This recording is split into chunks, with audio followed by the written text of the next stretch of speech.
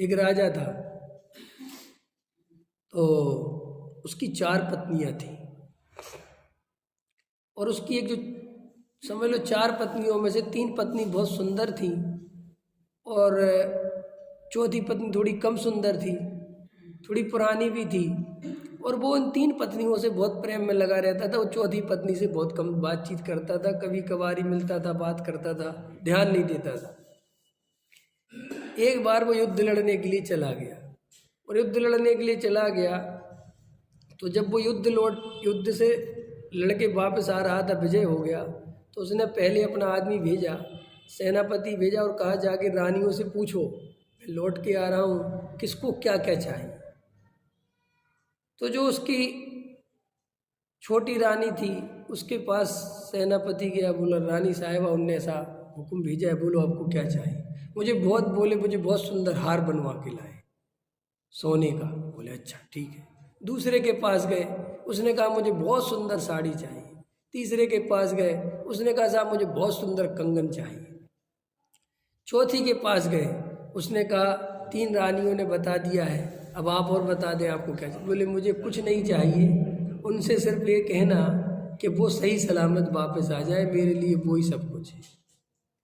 तो राजा के पास जाके सेनापति ने बताया संदेश, तो राजा को उस दिन महसूस हुआ कि इन 3 लोगों ने तो अपनी अपनी डिमांड मांगी, और ये भी नहीं पूछा कि मैं कैसा हूँ, क्या है क्या नहीं है।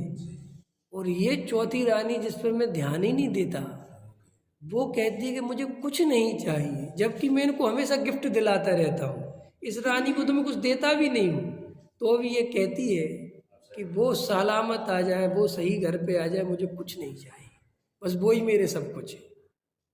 तो आया तो सबसे पहले फिर उसी रानी से मिलने गया। ऐसे ही हमारे जीवन को पहचानो। तुम आज जिस आत्मा रूपी रानी पे ध्यान नहीं दे रहे हो, जिस आत्मा का ध्यान करने की तुम्हें फुर्सत नहीं है, जिस आत्मा के बारे में सोचने की हमें फुर्सत नहीं है, एक दिन वो आत्मा ही बचेगा और सब खत्म हो जाएगा। ये जिन बच्चों के लिए तुम रात और दिन उपयोग खराब कर रहे हो, रात और दिन, वे बच्चे ज़्यादा समय बात नहीं, 20-25 साल होने के बाद जब वो 20-25 साल के हो जाएंगे, उनके शादी विवाह हो जाएंगे, गारंटी से वो अभी आप पर जितना ध्यान देते भी हैं प्रेम में, अभी तो प्रेम में देते हैं, फिर बाद में उतना ध्यान भी नहीं देंगे। एक बात, और जितना ध्यान देंगे वो प्रेम में नहीं देंगे, कर्तव्य समझ के देंगे। क्या समझ के देंगे? कर्तव्य और प्रेम में अंतर समझते हो? बताना तो नहीं ना? ठीक है। हाँ, कर्तव्य करना पड़ता है और प्रेम होता है। इसका और लगा लो, मिथ्याचारित्र पालना पड़ता है, वो सम्यक चारित्र होता है।